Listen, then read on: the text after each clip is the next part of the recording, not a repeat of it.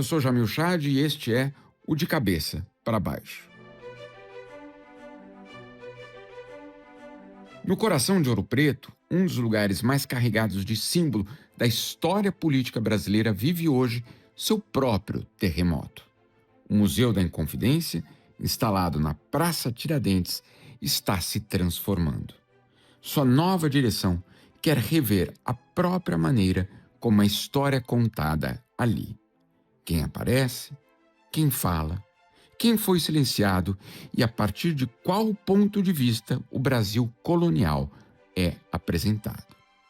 Ou, resumindo em uma palavra, descolonizar. A reação conservadora foi imediata. Protestos, pedidos de socorro a órgãos públicos e até a justiça foi acionada para tentar impedir essas mudanças. No centro dessa revolução está Alex Calheiros, professor de filosofia da Universidade de Brasília e escolhido para dirigir o museu. Ele garante que não pretende recuar. Para Calheiros, a disputa em Ouro Preto é muito maior do que uma briga sobre legendas, objetos ou exposições. Revela as dificuldades que o próprio Brasil enfrenta para reconsiderar seu passado e, a partir dele, imaginar outro futuro. O prédio que abriga o Museu da Inconfidência é, ele próprio, parte dessa história. A antiga Casa de Câmara e Cadeia de Vila Rica tornou-se um dos principais monumentos da cidade. Sua importância é incontestável. O museu preserva a memória da Inconfidência Mineira, dos conjurados e de uma das matrizes da ideia de soberania no Brasil. O problema é outro. De que perspectiva essa história vem sendo narrada? Durante décadas, a exposição privilegiou essencialmente a visão das elites da sociedade colonial. Proprietários, homens letrados, integrantes das camadas dominantes de uma ordem sustentada pela escravidão.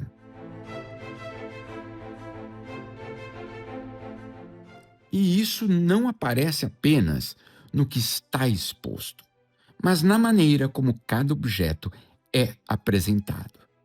Quem percorre os andares do museu tem, em determinados momentos, a sensação de estar diante não apenas de peças do passado, mas de uma narrativa ultrapassada.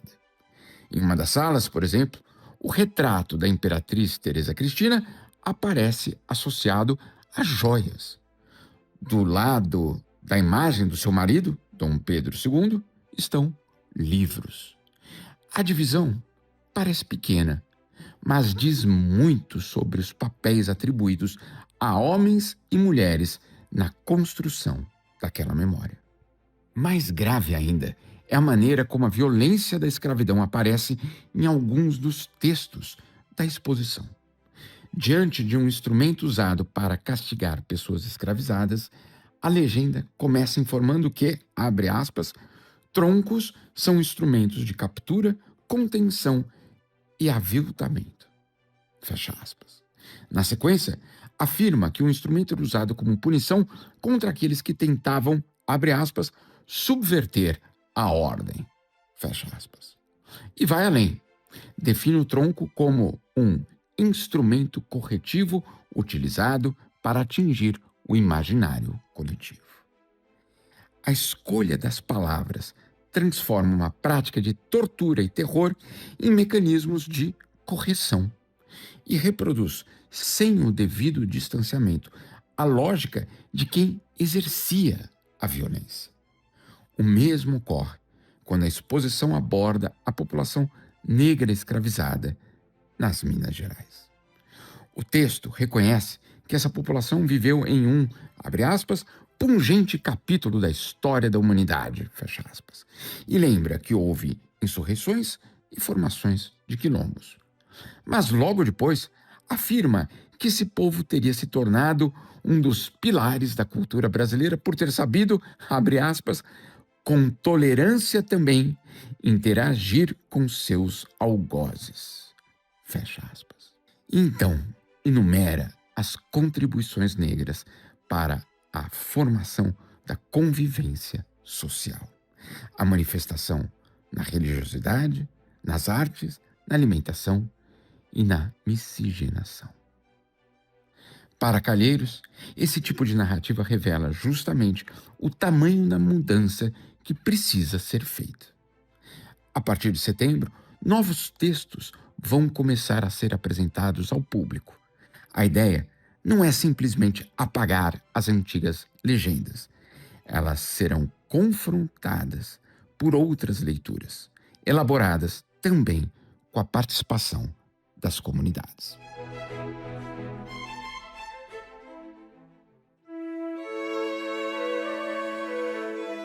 Em Ouro Preto, Alex Calheiros recebeu a reportagem do podcast e explicou o que está acontecendo em um dos museus mais importantes do país. Seria interessante a gente voltar aos textos que estão nas salas. Eu acho que o mais emblemático é o que está na sala da mineração, ou seja, que é a sala do trabalho, e que tem ali um pelourinho, né, e os instrumentos de tortura. Já essa associação entre trabalho, escravidão, né, trabalho e tortura é bastante problemático. Mas o texto que está escrito, ele é muito curioso, porque diz que foi a tentativa frustrada do uso do trabalho indígena que propiciou a troca, né, pela mão de obra dos negros. E fala que Ouro Preto e Minas Gerais era uma região de conflitos e até de aquilombamentos. Veja bem, né, de conflitos. Antes e depois da Inconfidência Mineira, os historiadores, por exemplo, o pesquisador Luciano Figueiredo, diz que houve, né, mais de 300 conflitos em Minas Gerais, de levantes, revoltas, né, e a conjuração, obviamente. E mais de 900 quilombos espalhados pelo território. Mas o texto diz era uma região de conflitos e até de aquilombamentos. Mas aqui, né, diferente de outros lugares, talvez da Bahia, talvez de Pernambuco, lugares onde, né, onde o conflito foi aberto, né, os negros conseguiram conviver, forjando um dos pilares da cultura brasileira, conviver com tolerância com os seus algozes. Bem, e logo abaixo desse texto, os instrumentos de tortura, né? Ou seja, não perceber, né? Não perceber o que está sendo dito e o que está sendo mostrado, né? Essa contradição entre o que está sendo exibido e o que é descrito, o que é falado, diz muita coisa. No Pelourinho, por exemplo, tem uma descrição, para dizer o mínimo, né, curiosa, porque ele diz que é um instrumento de madeira, etc., com uma parte para prender no pescoço, e depois os punhos e tornozelos, e que servia como instrumento para educar aqueles que, como corretivo para aqueles que tentavam subverter a ordem, né? Ou seja, um museu a todo momento tenta, né, forjar, né, uma neutralidade, né, ou apaziguar os conflitos, dizendo, né, a gente né, isso a experiência de Minas Gerais é a prova de que nós somos um povo pacífico, ordeiro, tolerante, e etc., né? Então eu acho que esses dois exemplos são bastante emblemáticos, né, do problema da narrativa do museu, dos problemas que nós temos na narrativa do museu.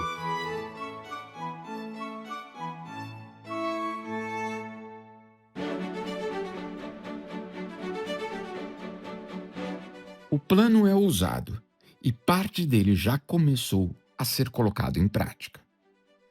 Bem, diante dessa narrativa que eu diria eu nem diria apenas conservadora, né, mas problemática da narrativa, a gente adotou uma série de estratégias, né.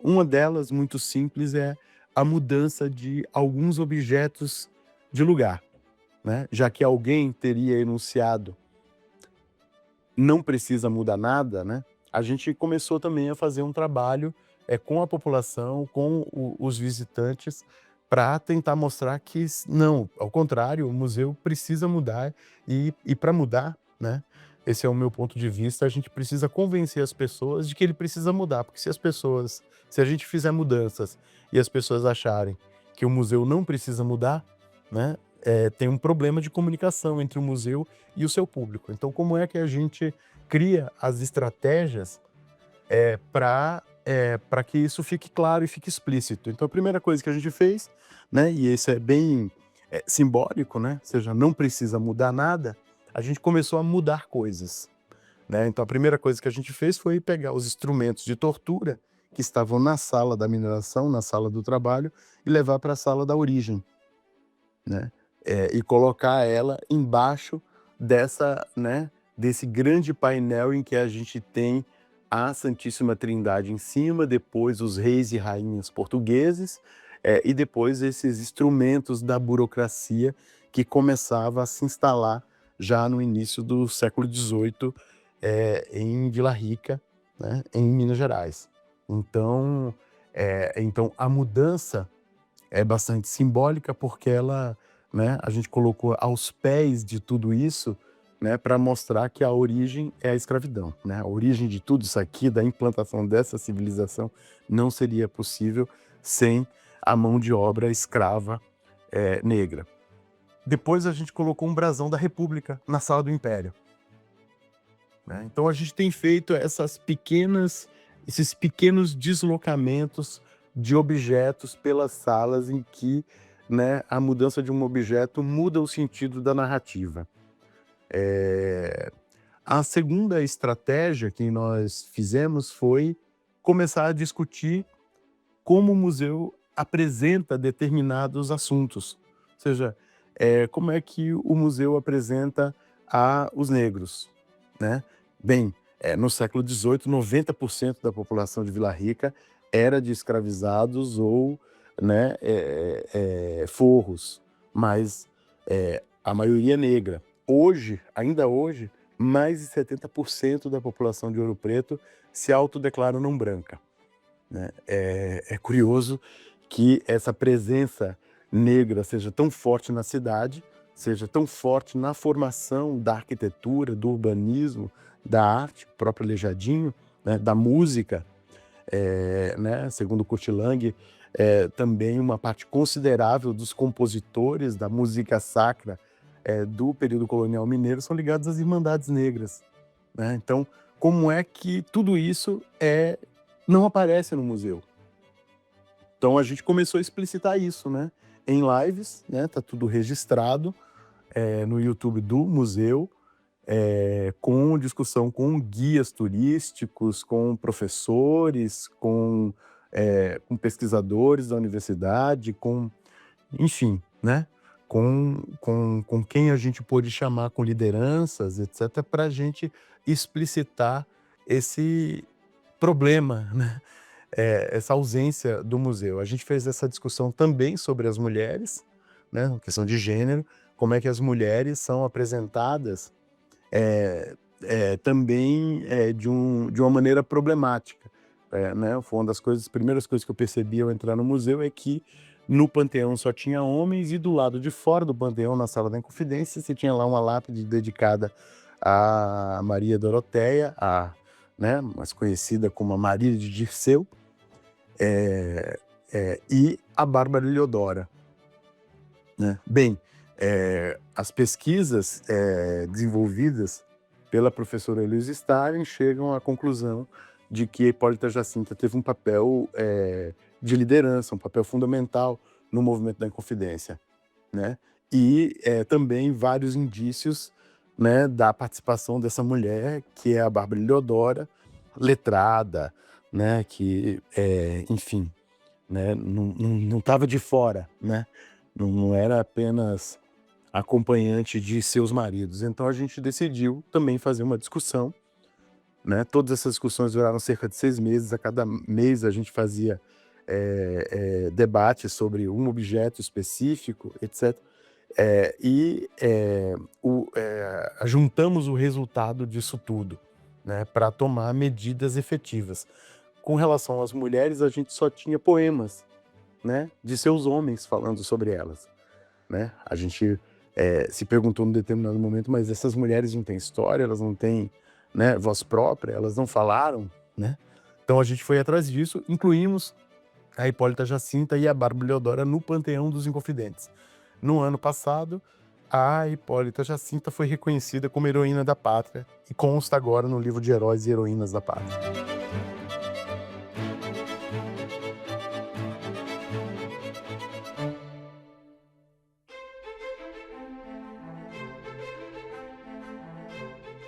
Outra ausência que a nova direção pretende enfrentar é a dos povos indígenas.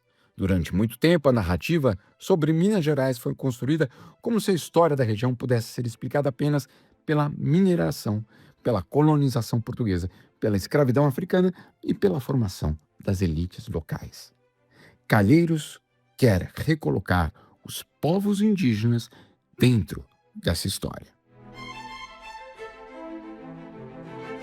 Agora, muito em breve, em novembro, nós vamos fazer uma grande discussão sobre a questão indígena em Minas Gerais, que é uma outra grande ausência, né? Tirando na Sala da Origem, onde você tem ali alguns poucos objetos, né? E uma gravura do Debré, em que você tem em Guarapuava o encontro, né? O encontro entre indígenas e portugueses fazendo uma, né?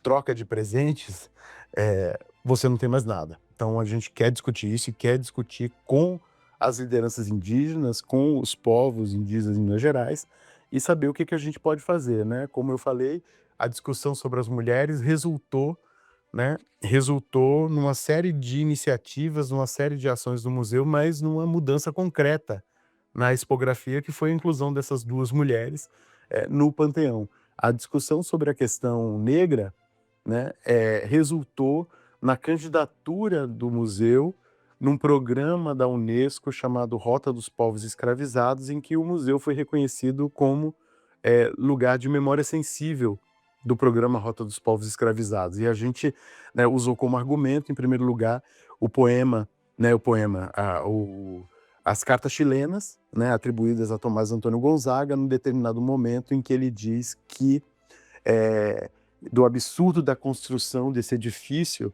né, que agora está aqui na Praça Tiradentes, desse edifício que foi construído sobre os ossos e o sangue dos pobres, né? E como eu falei aqui, 90% da população de Vila Rica naquela época era de negros, né, e pardos. Então, portanto, dizer pobre é dizer negro, né? Sem contar que o prédio também, né, o segundo argumento que nós usamos é que o edifício foi construído para ser a casa de câmara e cadeia. E depois se tornou presídio estadual, quando por fim se tornou museu através do decreto em 1938. Bem, a gente também sabe a história carcerária brasileira, né? Na história carcerária brasileira a gente sabe quem está preso, né? A maioria dos presidiários são pretos e pobres. Então, com esses dois argumentos, a Unesco reconheceu o museu como um lugar de memória sensível. Acho que isso é particularmente importante, porque o edifício do Museu da Confidência sempre foi reconhecido como um edifício importante da arquitetura, né, da história da arquitetura brasileira. Eu não diria da arquitetura colonial, porque ele já é um edifício eclético, né, e etc., mas, de todo modo, um prédio importante, imponente, da história da arquitetura brasileira.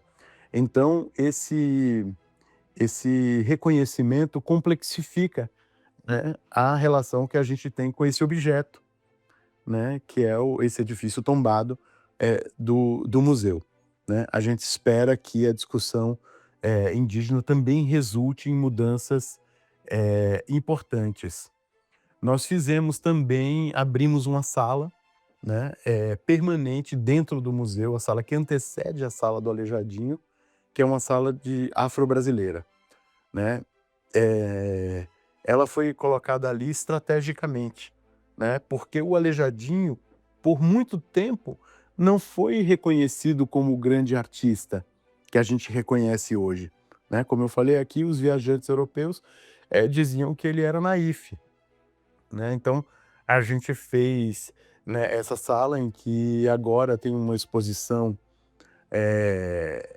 com uma infinidade, sobretudo ligadas aos festejos do Congado aqui em Ouro Preto, mas, enfim, a mão, né, a mão afrodiaspórica em Minas Gerais, né. Isso é muito importante porque coloca uma questão, que a gente tem que se perguntar: quem é que define, né, o que é arte, o que não é arte, o que é, né, o que é superior e o que é inferior, né, essa distinção entre erudito e popular que o museu parece, né, ao escolher o erudito e desprezar, né, a arte popular, colocar, né. Então, ao fazer nessa sala que antecede a sala, do Aleijadinho, a gente está colocando uma questão bastante séria. Quem é que define, né? Quem é que define quem entra no cânone? É o museu? Bem, então o museu, vai fazer mudanças. E a gente já fez uma exposição ali, né, em que tem coisas que vêm desde o século XVIII até o presente, mas que a gente reconhece uma continuidade dessa mão, inclusive incluindo, artistas, né, ditos populares, né, que ainda estão aqui, né, conosco nas ruas, né, na feira de Pedra-Sabão, etcétera. Então essas inclusões também mostra que, o museu ou essa capacidade do museu de selecionar e de escolher aquilo que deve, né, fazer parte da nossa memória, está sendo feito, né. Não é um museu apenas não conserva coisas do passado, mas ao contrário, ele tem se dedicado a recolher a memória que nós queremos ter também, para o nosso futuro.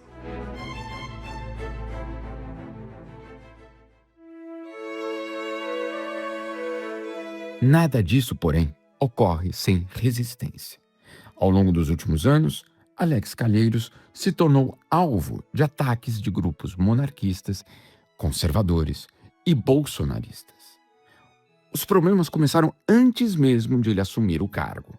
Escolhido para dirigir o museu, seu nome foi vetado durante o governo de Jair Bolsonaro, quando o Gabinete de Segurança Institucional era comandado pelo general Augusto Heleno.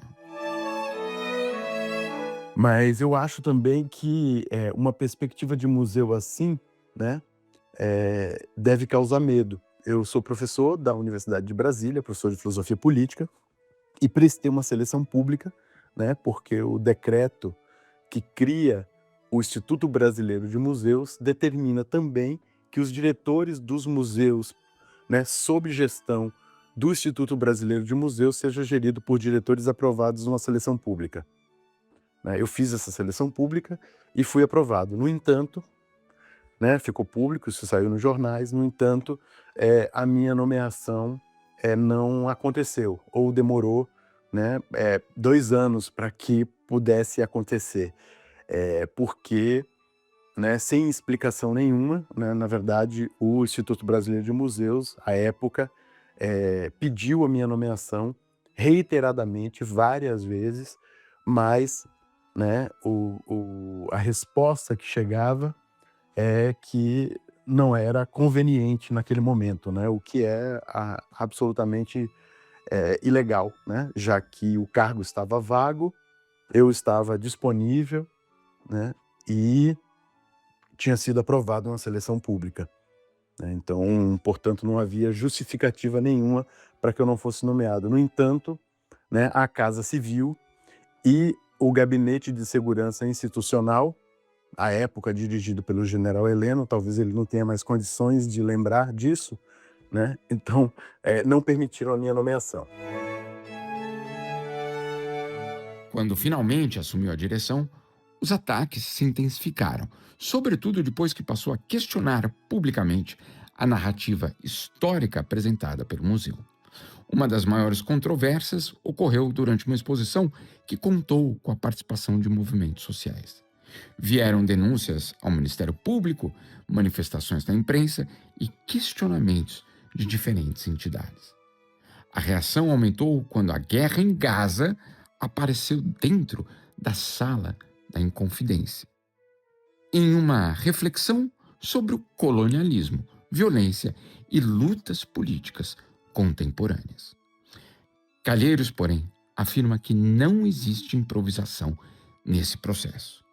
Segundo ele, as mudanças fazem parte do projeto apresentado quando disputou o cargo, e sua proposta encontrou receptividade entre os moradores e setores da comunidade local. O curioso é que os ataques não vinham diretamente de pessoas da cidade, embora tenha havido também, né, um movimento localizado, digamos assim, né, de uma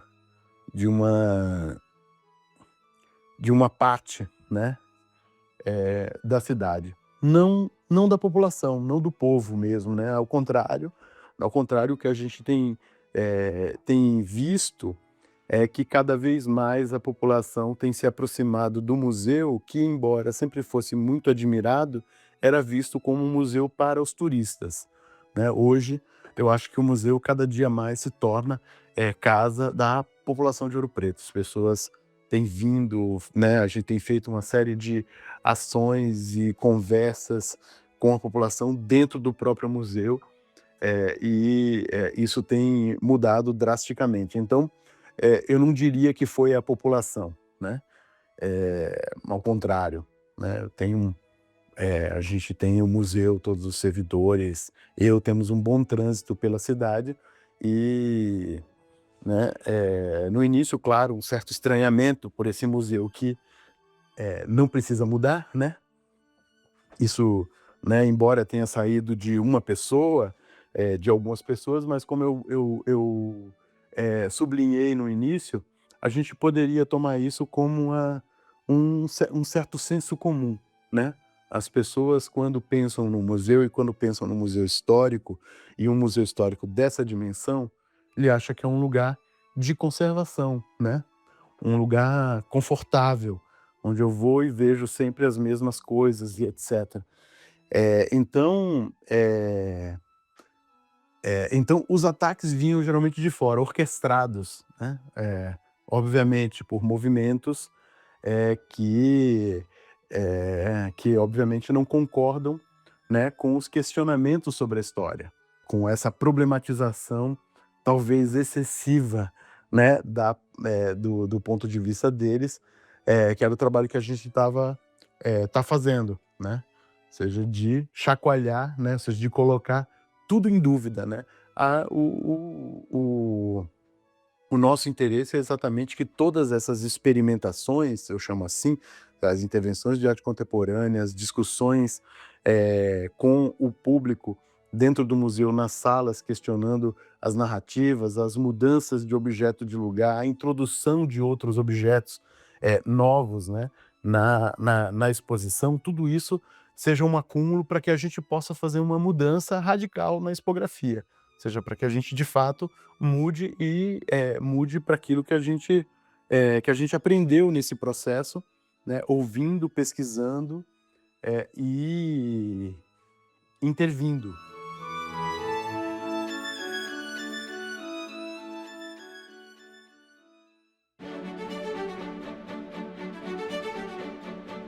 E há um dado que a direção considera revelador: os resultados começaram a aparecer. Mas além disso, nós abolimos a cobrança e adotamos a gratuidade integral, né, da visitação.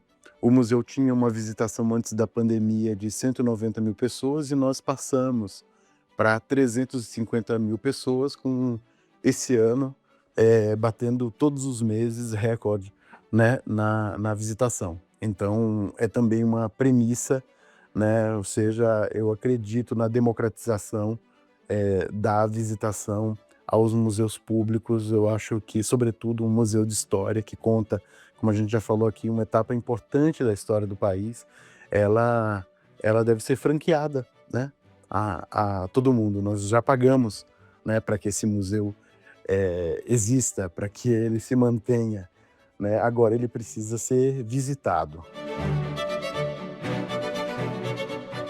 Para Calheiros, a reação às mudanças, a própria situação no museu e o conflito em torno da maneira de contar história funcionam como um espelho do Brasil.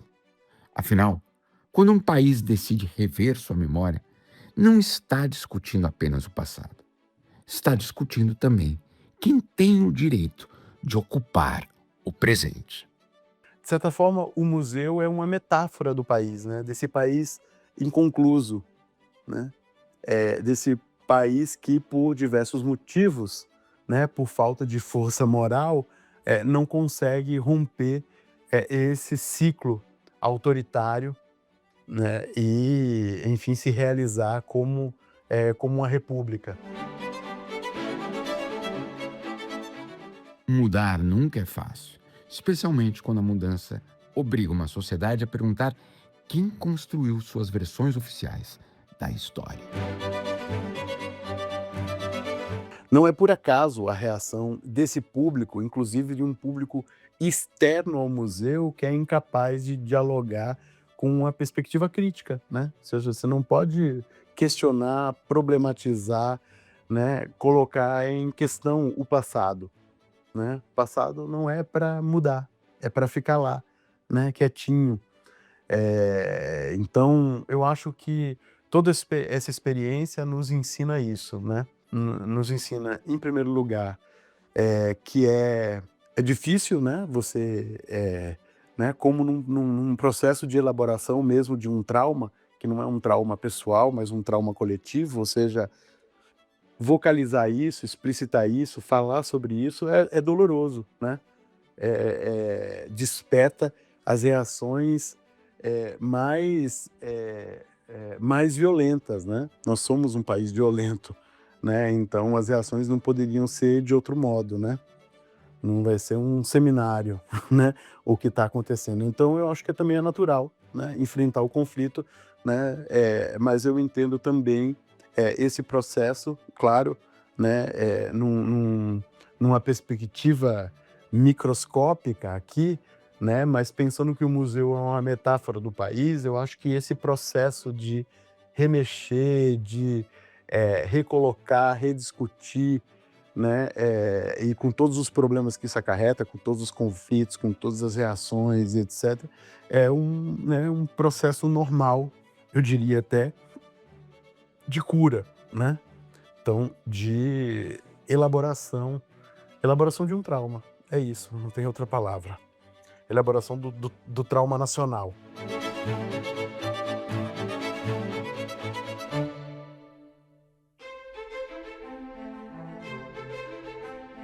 Calheiros sabe que muitas das questões colocadas hoje ao Museu da Inconfidência serão substituídas no futuro por outras. E é justamente esse o ponto. Na sua visão, um museu não pode ser um mausoléu de interpretações congeladas. Precisa estar disposto a ouvir as perguntas de cada geração e as demandas da sociedade que existe ao seu redor. Eu diria isso, que o museu, ao contrário, né, ele é um lugar que conserva objetos, mas esses objetos devem servir a alguma coisa, devem servir a compreender, né, compreender o nosso passado e compreender, sobretudo, o nosso presente. Então, e o nosso presente, né, ou seja, as demandas do presente modifica a relação que a gente tem com o passado a todo momento, né? Então, o museu precisa estar de ouvidos abertos para as demandas da sociedade, né, para as demandas do presente, para que a gente possa compreender o passado e o presente melhor. É isso que, de certa forma, o Museu da Confidência tem feito. Talvez seja essa a transformação mais profunda em curso em Ouro Preto.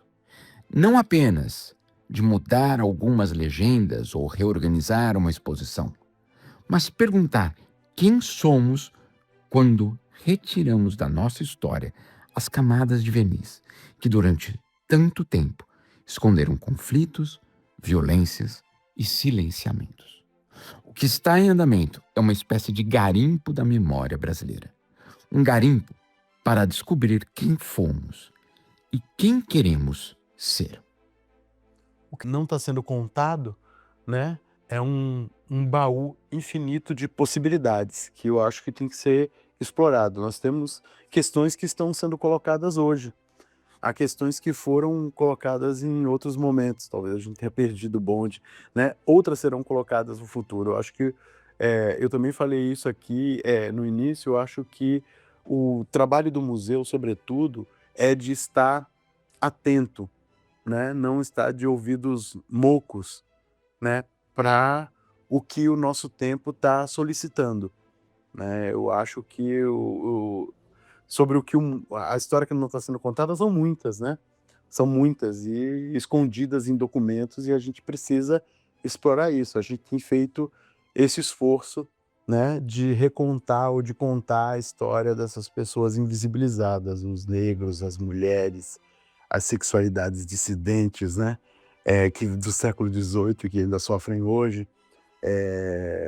Enfim, há muitas histórias para contar. Alex Calheiros sabe que esses embates não acontecem por acaso. Bem, se o museu é uma metáfora do país, né, refundar o museu é, de certa forma, com a nossa contribuição, também refundar o país.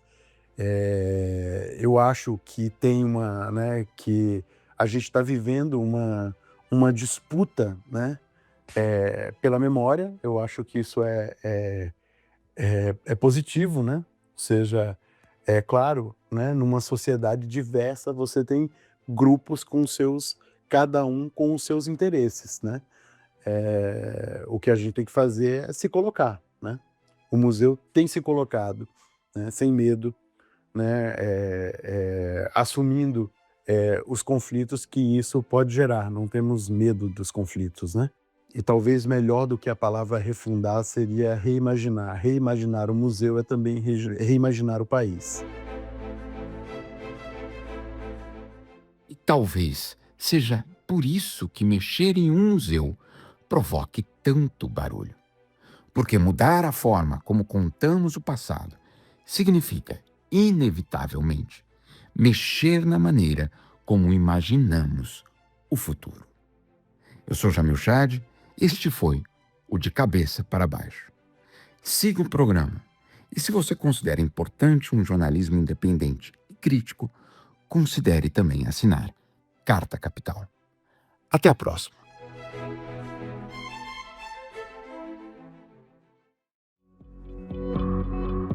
Apresentação e roteiro, Jamil Chad. Edição de som, Carlos Melo, Lola Magalhães e Caio Godoy. Coordenação editorial, Thaís Reis Oliveira.